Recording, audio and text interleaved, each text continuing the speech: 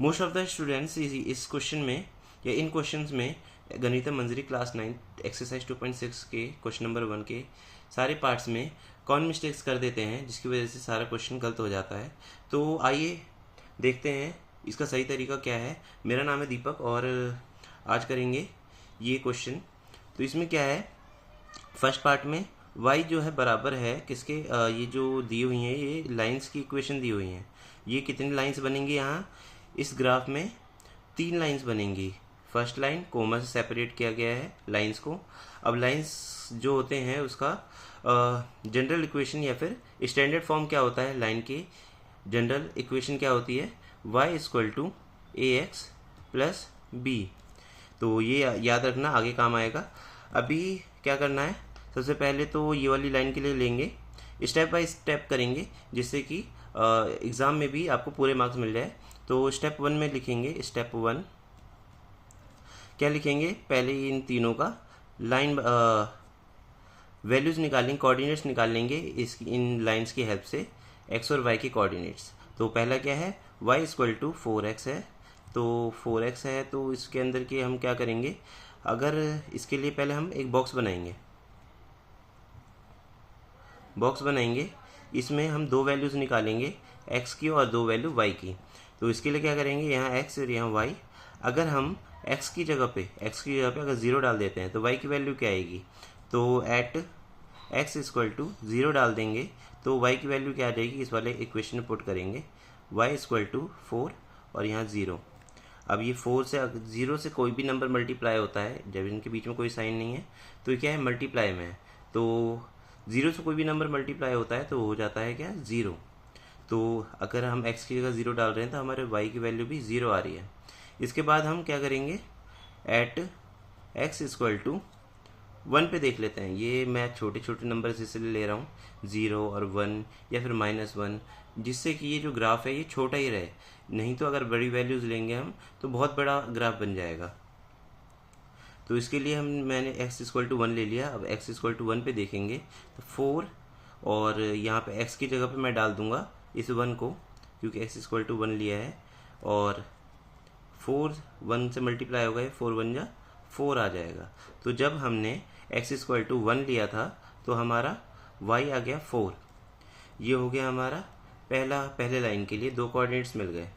Coordinates क्या है, 0, 0 और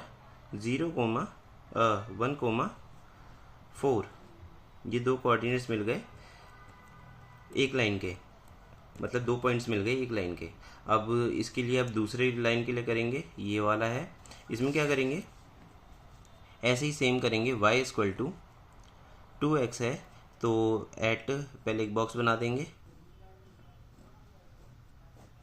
x और y यहाँ पे लिख देंगे। 0 पे देखेंगे तो एट x इक्वल टू 0 पे चेक कर रहे हैं, एट x इक्वल टू 0 पे चेक कर रहे हैं तो क्या आ जाएगा, y इक्वल टू 2 और ये 0 बिल्कुल पिछले वाले पार्ट लाइन की तरह ही है। 0 से किसी की मल्टीप्लाई होगी तो वो 0 हो जाएगा, y 0 हो गया। तो यहाँ पे अगर x 0 है तो y भी 0 आ रहा है। इसके बाद एट x इक्वल टू 1 पे ही ले लेंगे फिर से, और यहाँ कर लेंगे y जो कि क्या है 2 और x के बराबर है। तो x की जगह मुझे लेना है 1, तो यहाँ पे मैं 1 डाल दूंगा इस ब्रैकेट के अंदर। और 1 से किसी की मल्टीप्लाई होगी, 2 1 जा 2 ही हो जाएगा, जो नंबर होता है वही आ जाता है। तो जब हमने 1 लिया x की वैल्यू तो हमारी वैल्यू आई थी y की क्या, 2 आ गई थी। अब ये 2 आ गई। अब हमारे पास यहाँ पे कोऑर्डिनेट क्या बन गया, 0, 0 और यहाँ बन गया 1, 2। 2 कोऑर्डिनेट्स मिल गए। तीसरा भी निकाल लेंगे, तीसरा भी यहाँ निकाल लेते हैं। तीसरा जो लाइन है वो क्या है कि y बराबर है x के। तो इसका क्या मतलब हुआ कि हम जो भी वैल्यू लेंगे x की वही y की वैल्यू होगी। तो इसमें कुछ भी नहीं करना है, यहाँ पे x और y, x की जगह हमने 0 लिया तो y भी हमारा 0 हो जाएगा, क्योंकि दोनों चीज़ें बराबर हैं। x 0 है तो ये भी 0 के बराबर हो जाएगा, और ये 1 लिया तो ये भी 1 ही हो जाएगा। कोऑर्डिनेट्स मिल गए हमें, यहाँ से भी मिल गए, 0, 0 और 1, 1। अब ये जो कोऑर्डिनेट्स मिल गए हैं, इन कोऑर्डिनेट्स के हेल्प से हम इसे प्लॉट करेंगे इस ग्राफ के अंदर सेकंड स्टेप में। स्टेप 2 क्या है हमारा? स्टेप 2 है plotting the coordinates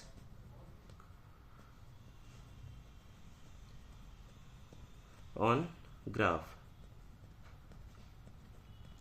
second step में करेंगे, कैसे करेंगे? ये पहला हमारा था 0,0, तो 0,0 क्या होता है? ये वाला पॉइंट होता है ओरिजिन, जहाँ पे एक्स एक्सिस और वाई एक्सिस मिलते हैं। ये हमारा एक्स एक्सिस होता है, ये वाई एक्सिस होता है, वर्टिकल लाइन वाई और हॉरिजॉन्टल एक्स, ये एक्स डैश होता है और ये होता है वाई डैश।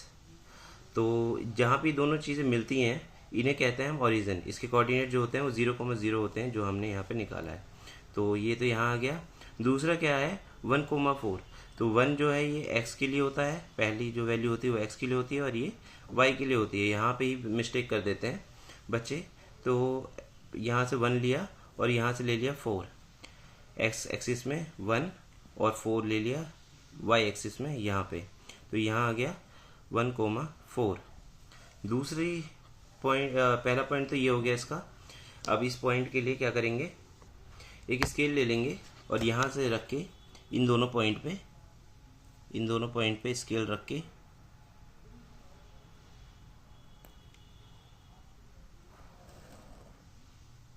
एक लाइन खींच देंगे जो ओरिजिन से होता हुआ जाएगा यहाँ से।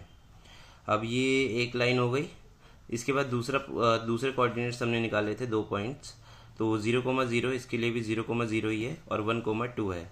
तो x से 1 और यहाँ से 2, यहाँ से x 1 और यहाँ से 2 यहाँ आ रहा है। इसके बाद ये भी एक पॉइंट बना देंगे, स्केल लेंगे और एक सीधी लाइन खींच देंगे इन दोनों पॉइंट को लेते हुए। इसके बाद तीसरा है हमारा 0,0 और 1,1। तो 0,0 तो हमारा फिर से यहीं आ गया और 1,1 कहाँ आ गया? 1 यहाँ से भी 1 और यहाँ से भी 1 यहाँ आ रहा है। तो इसके लिए भी एक स्केल लेंगे और यहाँ से एक सीधी लाइन खींच देंगे। इस पॉइंट का नाम था हमारा 1,2, यहाँ से 1 यहाँ से 2, और इस वाले पॉइंट का नाम है 1,1। अब ये जो क्वेश्चन है ये हमारा ग्राफ पे आ गया है। अब क्या करेंगे? इसमें और क्या बोला था कि रिफ्लेक्ट करना है the role of A and B. A और बी का रोल क्या है इस ग्राफ में? तो ए और बी तो हमें कहीं दिखाई नहीं है। तो अब ये वाला जो फॉर्मूला मैंने लिखवाया था, स्टैंडर्ड फॉर्म ऑफ लाइन या लाइन इक्वेशन, तो ये है y = ax + b। तो अब इससे कंपेयर कर लेंगे। कंपेयर कैसे करेंगे? y = ax + b है और पहली इक्वेशन हमारी क्या थी? y = 4x। y = 4x। अब y की जगह तो y है, x की जगह x है, a की जगह क्या है? 4। तो a की जगह क्या आ जाएगा हमारा? 4। b की जगह कुछ भी नहीं है तो हमारा b क्या आ जाएगा इस वाली इक्वेशन के लिए? 0। ऐसे ही दूसरी इक्वेशन के लिए क्या हो जाएगा? y = 2x के लिए क्या हो जाएगा? a हो जाएगा हमारा 2 और b हो जाएगा हमारा 0। ऐसे ही तीसरे के लिए हो जाएगा y = x। तो इसमें x, जब x के साथ कोई भी वैल्यू नहीं है तो 1 होगा। a = 1 और b = 0। 0 की वैल्यू 0 ही आ रही है तीनों की वैल्यू। होता क्या है ये a जो होता है ये क्या होता है? स्लोप ऑफ लाइन होता है, ऑफ लाइन। इसका मतलब क्या है कि कोई भी लाइन कितनी स्टीप है, मतलब कि कितनी ज़्यादा वर्टिकली स्ट्रेट होती जा रही है, या फिर ऐसा कह सकते हैं कि कितनी ज़्यादा क्लोज हो रही है y के और कितनी दूर जा रही है x से। अब जितना बड़ा a होगा उतनी ही ज़्यादा स्टिप लाइन बनेगी, तो उतना ही ज़्यादा स्लोप होगा। अब ये जो है यहाँ पे पहले इक्वेशन में क्या था कि a क्या आ रहा था? 4 आ रहा था। तो ये सारा क्या है? डिपेंड कर रहा है 4 पे, स्लोप ऑफ लाइन। तो ये जो स्लोप ऑफ लाइन है, ये पहले जो लाइन है वो बहुत ज़्यादा पास है y के। तो सबसे ज़्यादा पास ये इसलिए है क्योंकि इसका जो a है वो क्या है? 4 है। इसीलिए वो सबसे ज़्यादा पास है। इससे कम है 2, तो ये थोड़ा सा दूर हो गया, यहाँ से ये थोड़ा पास है और ये दूर हो गया, और उसके बाद ये सबसे ज़्यादा दूर हो गया क्योंकि इसका जो ए है वो सबसे कम है इन तीनों में, तो ये सबसे ज़्यादा दूर हो गया y से। अब b क्या होता है? b जो होता है वो होता है y इंटरसेप्ट। बेसिकली इसका मतलब क्या होता है y इंटरसेप्ट का, कि ये जो लाइंस हैं ये y जो है, y जो वर्टिकली लाइन है, इसको कट कहाँ पे कर रहा है? अगर ये 1 पे कट कर रहा होता तो यहाँ पे b की जगह हम 1 लिख देते, जो कि हमारा क्या आया था, 0 आया था। तो ये जो लाइन है इसे ये कट कहाँ पे कर रहा है? ओरिजिन पे, इसलिए हमारा क्या आया है, b 0। तो अब इसमें हम लिख सकते हैं रोल इसका, ये 3 मैंने पहले से ही रोल लिख रखे हैं। b इक्वल टू 0 है in all 3 lines, all pass through the origin, मतलब तीनों लाइन की वैल्यू क्या है, b की 0 है, और सारे जो लाइन्स है ये पास हो रहे हैं ओरिजिन से 0,0 से।